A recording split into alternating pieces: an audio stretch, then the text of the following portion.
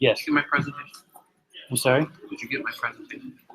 Is that what just came to my watch? Oh, it's Probably. not going to fit on my watch. We'll fit on your watch. It's a short URL.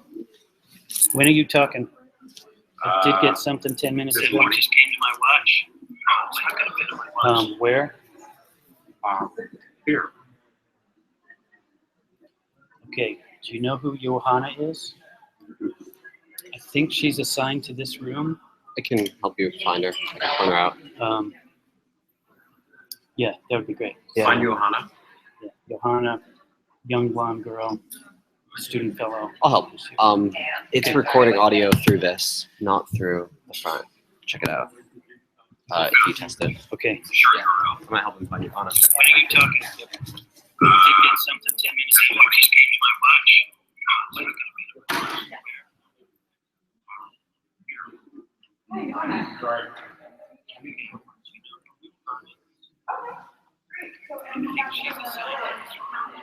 Well, that was easy.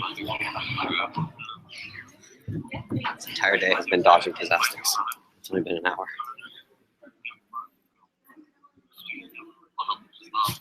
So if you needed to stop, pause the video, anytime you just move the cursor, you get this menu up top, so you can turn the camera off and it gives that thing. And same thing with the audio. And like I said, a lot of this stuff disappears. Is the audio coming through the front, or is it just going to come through the speakers and boom into this thing's microphone? We had issues yesterday. Okay. But it actually was working well after a while, so it's like a 15.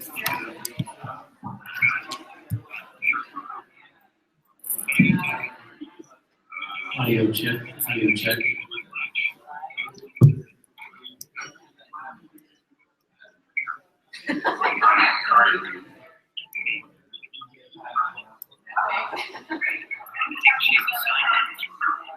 Well, that was easy. This entire day has been dodging possestics. It's only been an hour.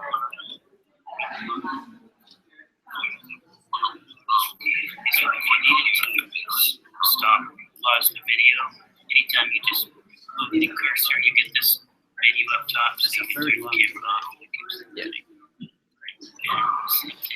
You know what, can you just go here and hit enter? Disappears. Is the audio coming? Oh, you just want to reload it? Yeah. That's not it. Oh, it said live now. It says live now. That's what I clicked on. You just want to reload it? That's Okay. Oh, that isn't. Okay, so we skipped over your audio check. Yeah. So I think there's a bar that comes down here, and like you're at the end of it, and you're pretty live, and when you get back here, it means you're delayed. And I don't know, maybe you can just drag that to get to the front. Okay, so we skipped over your audio check. Yeah. So I think there's a bar that comes down here, and like you're at the end of it, and you're pretty live. Audio check 2, 2, 2. Okay, so we skipped over your audio check. So I think there's a bar that comes down here, and like you're at the end of it, and you're pretty live. Well,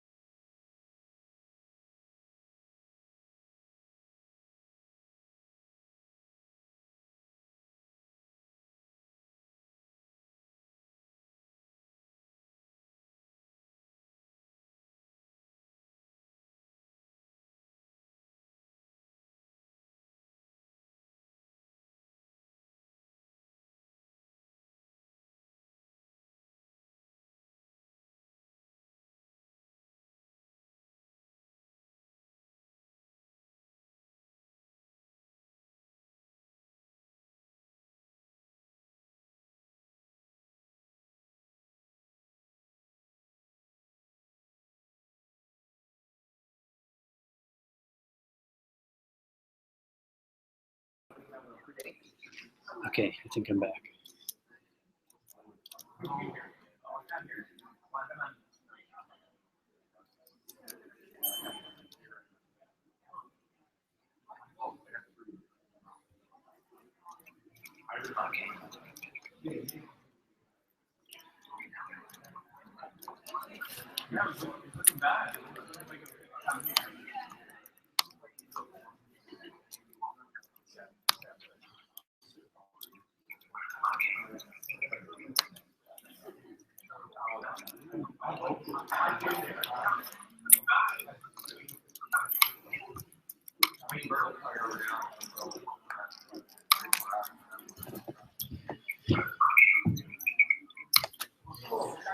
Audio check. This is Dan. Audio check.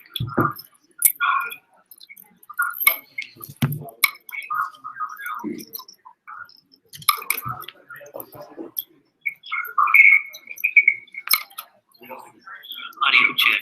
This is Dan. Audio check.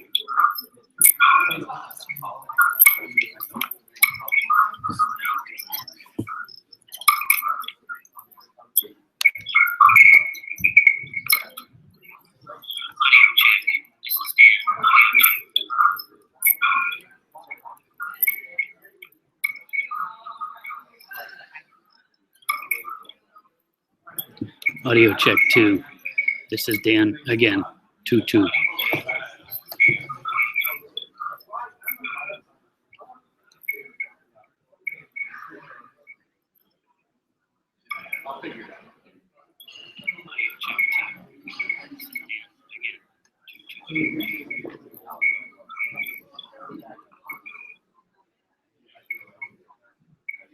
Audio check 3. Check 3. Check 3.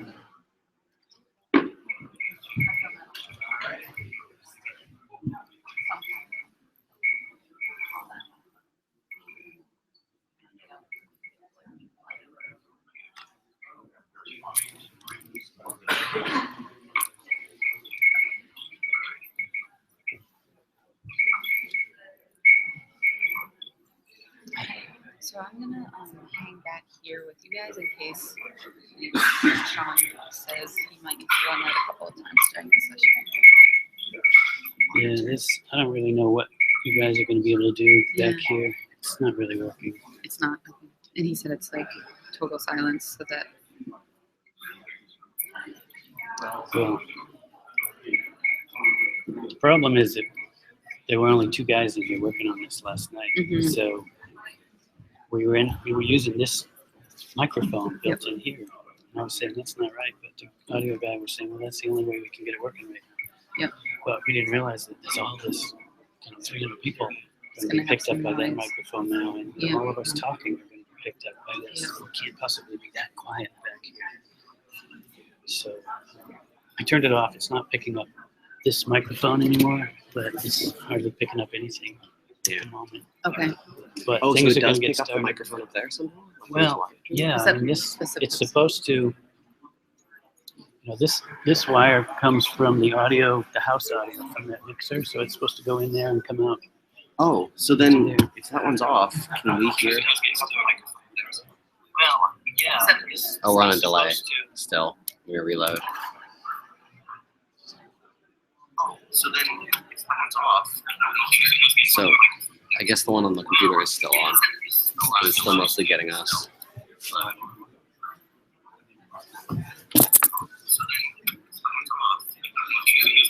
Blackmagic Audio, can you click on internal?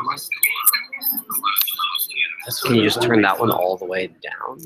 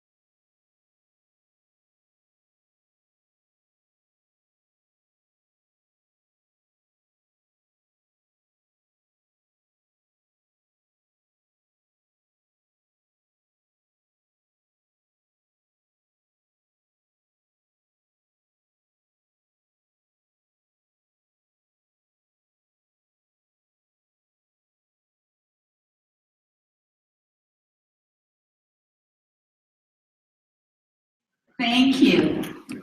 For those who do not know me, I'm Emily Law, the president of ESIP. Welcome to the 2016 ESIP Summer Meeting. Thank you very much for, hold on to the mic. Thank you very much for your participation, being here today, and also for those who are joining us remotely, as well as the ones that are following us on the social media. Isn't it great to be among friends and also experts and also advocates of space and earth science informatics? It's truly gratifying for me to looking upon, around the room and see so many familiar faces and smiling faces as well. I am really proud to be here, and it's given me great pleasure to kick off this meeting by welcoming all the new partner that will have joined us, of partner organizations that have joined us. We have 5 new partner organizations added to ESIP this year, and also to all of you, the ones who have joined us the first time, as well as all the returning attendees. So. This is really nice to have all of you here to this opening meeting. As well, I want to welcome you not just to this, but also to another meeting that has to be wonderful, just like the other ones, and even better. A big warm welcome to Durham. And it's a little bit warm, a little bit muggy, but nonetheless, it's a great city. So, as many of you know, much efforts was actually made to move to this particular locations when North Carolina passed its House Bill 2 back in March 2. It is a testimony to ESIP's commitment to make sure that all of our meetings are safe, open, non-discriminative, and welcoming to everyone.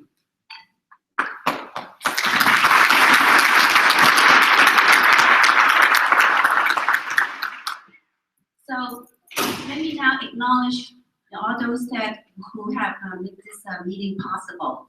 First of all, thank you to our sponsor, funding sponsor, NASA and NOAA, for their continuous support. And this year we also have additional meeting sponsors, including AGU, ESRI, UCAR, and also SSAI. Thank you very much. And also not to forget the hospitality of our local host, the Renaissance Computing Institute. And I'm really grateful to every one of you to be part of the ESIP community. It's really your support, also your participation, and the expertise that you bring to this community, as well as your contributions that make ESIP strong. And together, we are making a difference in making data matter. But definitely, last but not the least, is in particular, we must thank our wonderful Executive Director, Aaron Robinson, and also the staff for not only the hard work and many hours they put into organizing this meeting, but also for the day in and day out tireless efforts in keeping ESIP running smoothly like a well-oiled machine. So let's give them a big round of applause.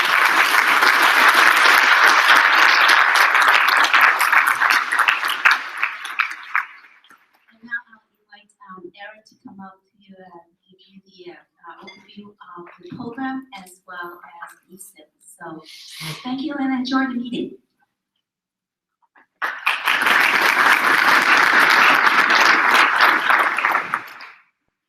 Hi guys, here we are. So I wanted to give just a little bit of a background. This is actually speaking of brief ESIP 101 into this welcome session. And so this is a slide that I've used for a long time where, a lot of the hurdles to information access are around finding and accessing and understanding how good they are, and then trying to merge them with other data sets. And I always point to this Academy report from '89.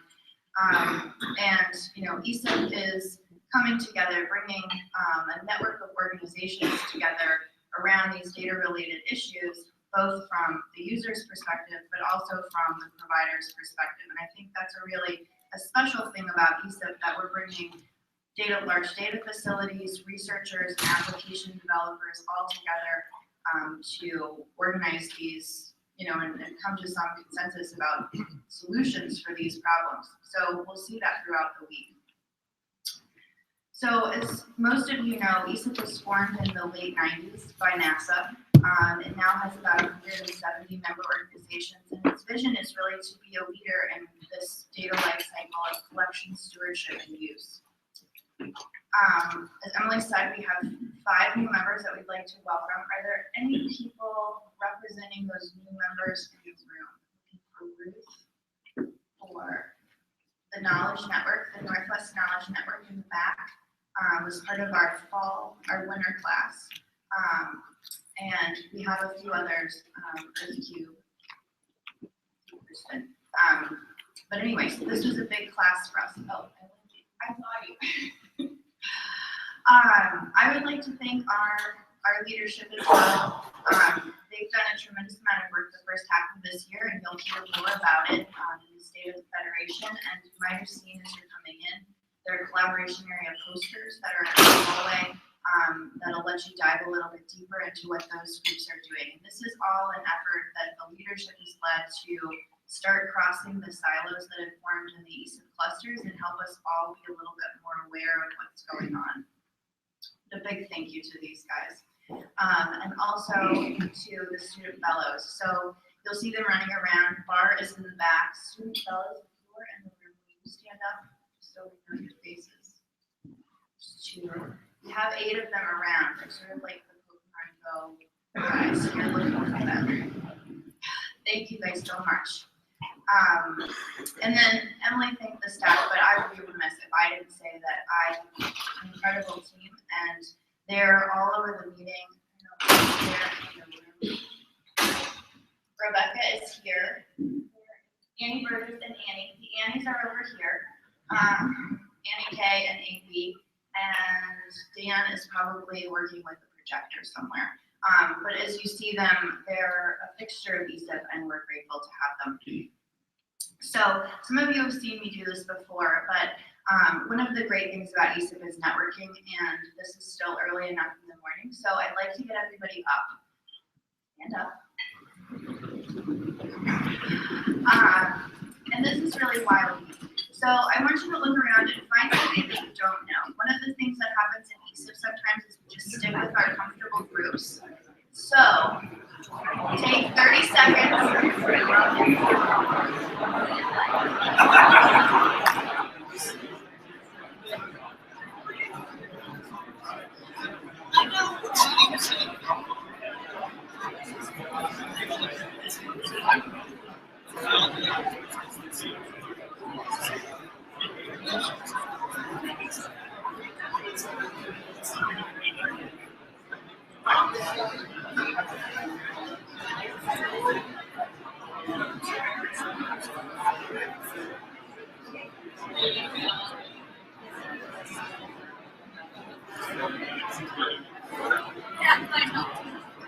Now I'd like for you to switch.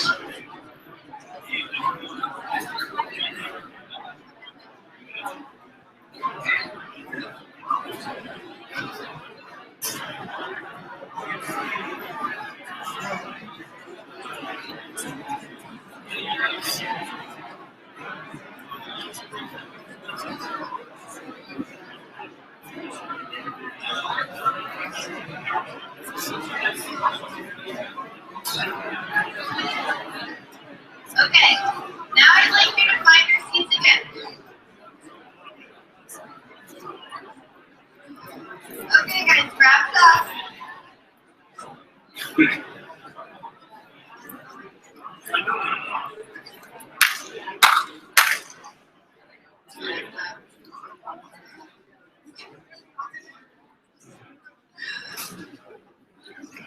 find your seats.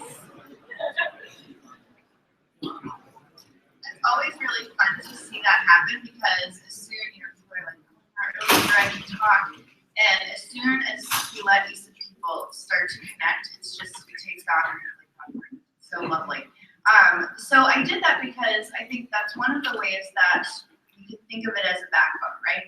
ESIP staff provides this infrastructure, both in person and in meetings. So that was a mini backbone. I just gave you 30 seconds and a container, and you guys did the rest. And that's really what we see, that ESIP, we provide this backbone of infrastructure, of Amazon Web Services and the test bed and Funding Friday and these different kinds of programs, the student fellows, the staff, and we all help provide the jungle gym. And then what happens is that the community does what the community does on top of it. And we think that that's really this great synergy that happens between the staff, or between the ESIP office and the ESIP community. So you'll hear us talk about that a bunch. So just a little bit of an overview of the day. This is the first time we've done this welcome session, but the rest of the day is going to be spent in breakout session and actually in workshop tracks. So we have the teacher workshop that's happening, and they already started a little bit early, and they're learning to fly drones this morning. And there's a series of other tracks. HDF is having a workshop. We're learning about Spark, and I'm sure I'm forgetting.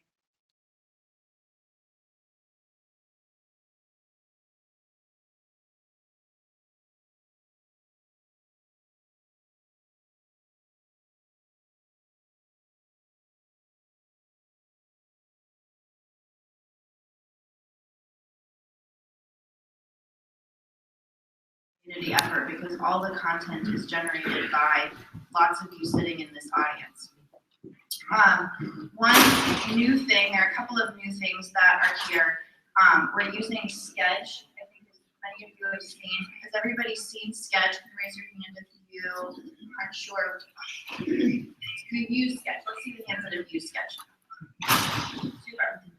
So the meeting is all online, and this is the link. 2016 summer meeting on Sketch. The other thing that's going on, and I'm going to switch to my notes so I don't screw this up, is that we are, first of all, we're streaming the plenary parts of the meeting through Google Air, or Google Hangouts on Air. But the newest thing that Dan Keyes has led on our side is something called the I'm Here check-in. And many of you know that we started trying to use beacons at Asilomar last summer, and we realized that people aren't Internet of Things, and they really like more of the ability to check in and to opt in. And so this summer there's a check-in, and there are instructions that you got when you checked in at the meeting. And one key thing to note is that you'll check into the event, the summer meeting, just one time, and then you'll check into multiple sessions like this one throughout the event. And in Sketch, there's a link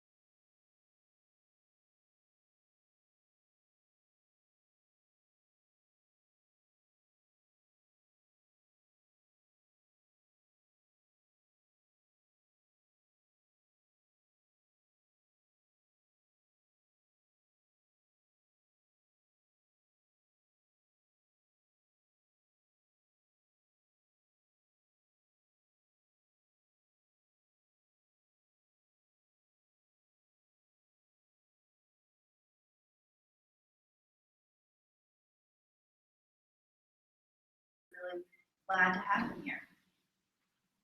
Thanks, guys.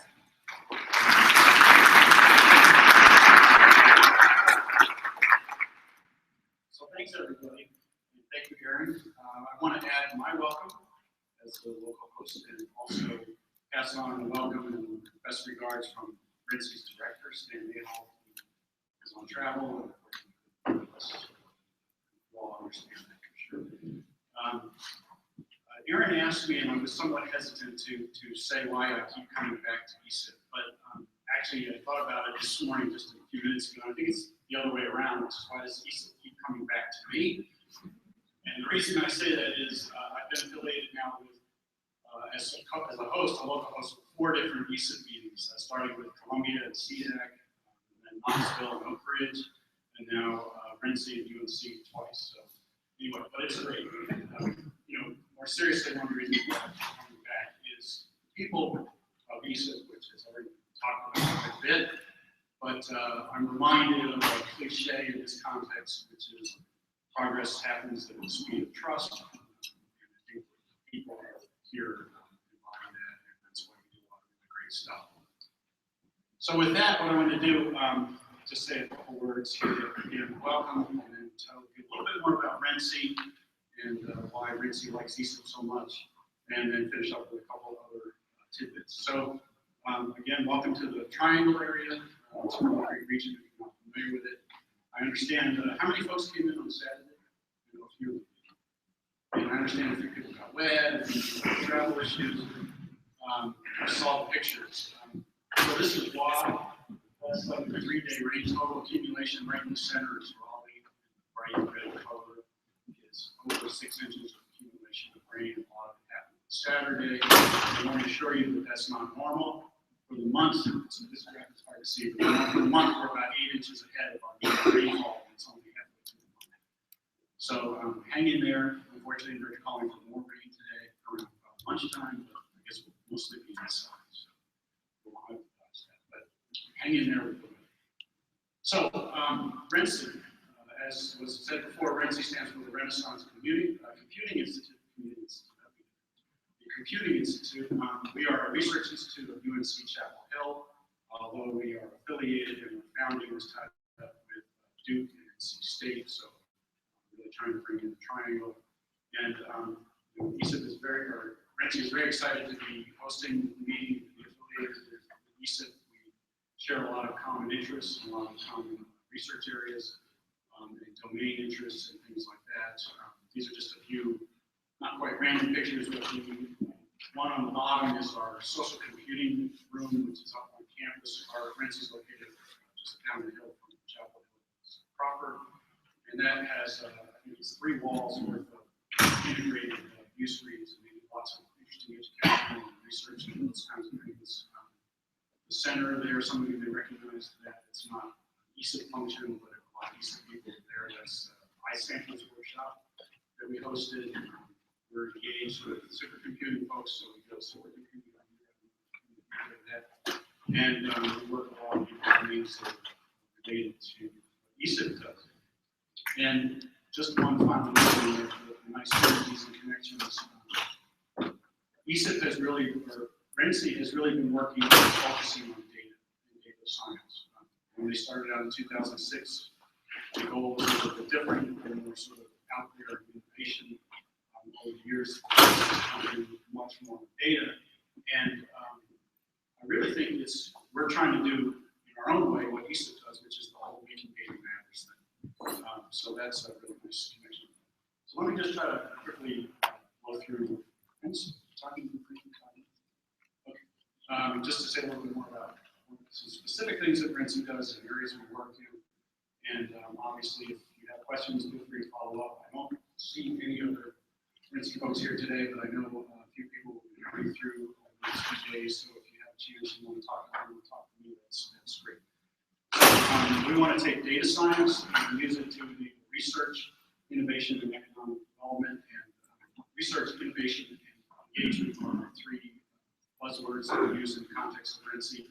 And if you start on the left-hand side, we focus on research and data science kinds of things, computing, software-defined networking, high-performance computing, optimizing the scientific model, and things like that. We have high performance computing clusters, not being real big on here, but something that normally finds stay on a lot of campuses. We work on software sustainability issues, as a number of you know, and also visualization. We work closely with, obviously, university partners. We do a lot of outreach with industry, being in the triangle. There's lots of industry there, and also with government agencies and non-governmental agencies. And our primary domains that we work in are health sciences, environmental sciences, and social sciences. So, in terms of taking data science, we're supporters of IRODS, if you're familiar with that. That's the Integrated Goal-Oriented Data System, developed initially out of UCSD, Reading More. And it's a community open source software that allows you to federate data resources, et cetera, et cetera, et cetera. With all details, but Renzi has supported taking that code and refactoring it and making it enterprise ready. We do advanced networking with software-defined networking and obviously HPC. We take those kinds of resources and apply them to, as I said, medical and genomics research. One of the things we've developed is a secure research workspace. So if you need to protect your data, you can put it in this space and make sure you don't do anything like make it publicly available. One of the interesting things I think in this space that our chief scientist in this area talks about, specifically related to genomics, is that as the sequencing becomes cheaper and cheaper and cheaper, the opportunities to sequence genomes goes up and up and up. So one of the things I didn't realize is that our genomic sequence changes over time. So when it comes to personalized medicine and things like that, we may come to the point where you walk into the doctor's office and instead of having your complete blood count and draw the sequence of genomes. The problem with that from a digital standpoint is we just don't have enough space to store our information. So what does that mean for data science? Environmental science, one of the areas we work in is using storm surge modeling, or applying storm surge modeling, and optimizing that to context, software interoperability, software sustainability. A number of you probably know of HydroShare, so methodology, and we've done some work with green infrastructure. Community building. I talked with Emily a little bit about the National Consortium for Data Science, which Renzi has spun up in the context of big data, public-private partnership, designed to focus on data science issues. We do a lot with education. We have a summer program, which ironically we call Data Matters. We've developed the IRODS Consortium, which I mentioned briefly, and then some of the co-leads with ED. So another nice connection point for folks here. So now, the important stuff. In a room full of nerds, geeks, and whatnot, actually, I think Aaron stole my thunder. How many Pokemon Go, somebody commit? Ready? Watch all the hands, some others. Yeah, that's probably excellent. So here in Durham, a few weeks ago, they opened up the ballpark for Pokemon Go people. It was actually a charity event. It was quite successful. This is Willie Bull, who's the mascot. You can see with Pikachu there. And people go around the ballpark and hunt for Pokemon. And not to be outdone, it's hard to see, but in the center there is actually the Renzi's building where we're located, and there's a gym. So if you need to do some competing, that's available. Finally, and I know we had barbecue on Saturday night. Who's a barbecue fan? Oh, yes, excellent, excellent. So North Carolina likes to lay claim to be some of the originators of barbecue. It's certainly the best barbecue to be found in this part of the state.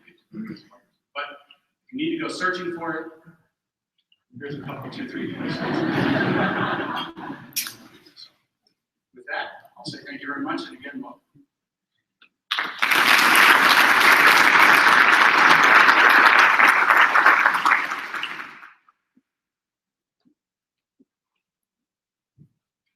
Thanks so much, Chris. Finally, I'd like to turn this over, actually, on the barbecue note. The best barbecue is Bullock's, and it's not very far from here. It's 3 miles, in my unbiased opinion. Okay, so Steve Diggs is on the way up, and I think we need to do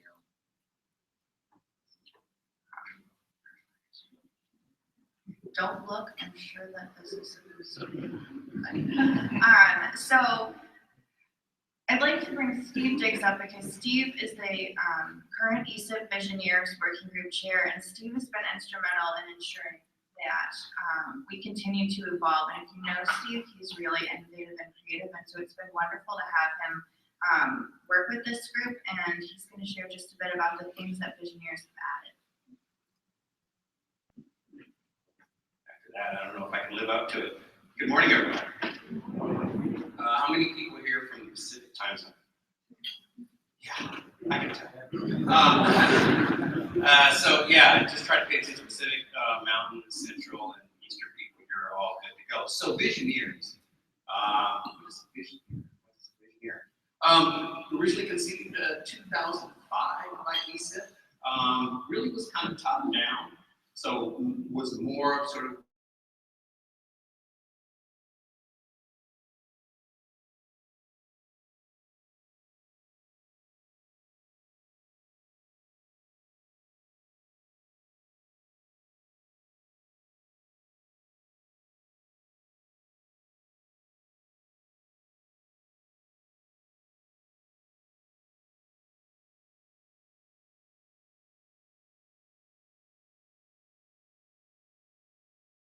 keep the locations fresh and move it around. And we have, we both encourage and discourage clicks. So break the clicks that you're normally comfortable with. Form new clicks, people who are doing the same thing as you. A lot of times at ESIP, just like on an airplane, your nearest solution may be behind you. So look around the room and look next to you, and the people may have a solution that you're looking for. So where do the ideas come from? In the winter meeting, we had a science communication session, and that really caught on with a lot of us Visioneers. And I have to give a special shout out to the back of the room to Denise, who is my unofficial co-chair of Visioneers, who has kept the whole ball running. If you know Denise, she is a person who really does lean in and get job done. So I have to special thanks to her. But a lot of the ideas come up during the call.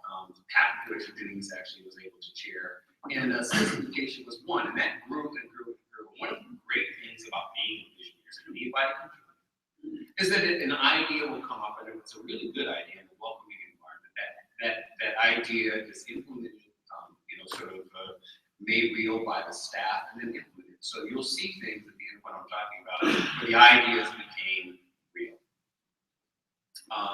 And the path to do it is really pretty straightforward. Participate in the call, the meeting minutes get written down. We really communicate very heavily with the staff, and that was set up a long time ago. And then these ideas become part of the meeting. And the emphasis is on keeping it fresh and fun and not dead by PowerPoint. That's what you're doing up here. And so with the meeting, there are a couple of things that I want to highlight. The first one, and I don't expect you to read. Okay, I do expect you to read. And the first one is tonight, please look at the schedule that's online and all the meeting tools that we're providing for you. Tonight is the jam session. And the jam session is one person. So with this, you notice I circled the things that are after hours. If you're new to the meeting, and well, you should never ask that. But for the first time people, pace yourselves. Because ESIP doesn't fall between when the meeting starts and the last session of the day. It goes on into the evening, and some of the more important conversations do happen after hours. Tomorrow night, we have research as art at the 21C Museum Hotel. If you haven't been there, if you haven't gone up to the second floor and look around the museum, please do. But we'll be gathering there tomorrow, and that's one of the ideas that came out of Visioneers, is to get away from the static poster session, sort of an eye chart with a bunch of words, but really express the research and the data that you curate, or the research, scientific research you do as artistic expression. I have yet to see anybody who signed up to do performance art. That could happen. Then on Thursday, there's the full steam, where people have all kinds of artistic tools, and will come up with lots of different ideas to get funded. And this is a precursor to Fund Friday, which is the very next morning, or some of us call it in a few hours. And you pitch the idea, and for students it's $3K, and for members it's $5K to get your ideas funded. And I believe your travel is paid for. and as well as your winter meeting registration in return for you presenting your wonderful idea. So Visioneers really is what it says it is. It's in the name. It's coming up with a vision, but more than just throwing around ideas to make a meeting different. It is really about helping ESIP as an organization evolve through one of its more important activities, and that is the summer and the winter meeting. So don't be shy. Please network. Aaron may not have talked about it, but on the back of your badge it says, ask me about. Ask me about it. Write something on it.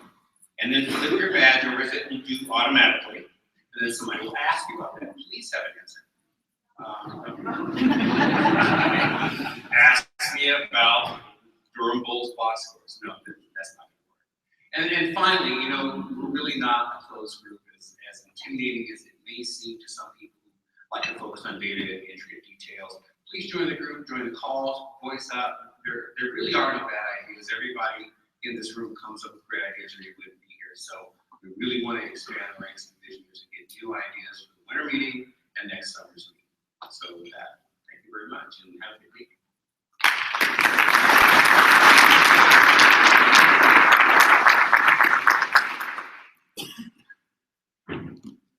Thanks so much, Steve. So with that, I just want to say thank you all for coming. This is a lot more people than I had expected to see at 8 a.m. And I hope that the session gives you a sense of where we're going and a little bit about where we are, and a few more familiar faces to reach out to. And while we're not going to make the first timers raise their hand, if anybody who's been either ESIP leadership or the board or Visioneers, can you guys raise your hands or stand up? Yeah, and Chris. Okay, so look around the room and see that there are a lot of people that you, and Martha, why is he raise your hand? Martha. Martha is someone who can talk to you about ESIP. So there are a lot of people that can, that want to talk about ESIP, want to talk about the work that they're doing, and like Stu said, don't be a stranger, and network, network, network. So with that, have a really great meeting, and we'll see you here tomorrow morning.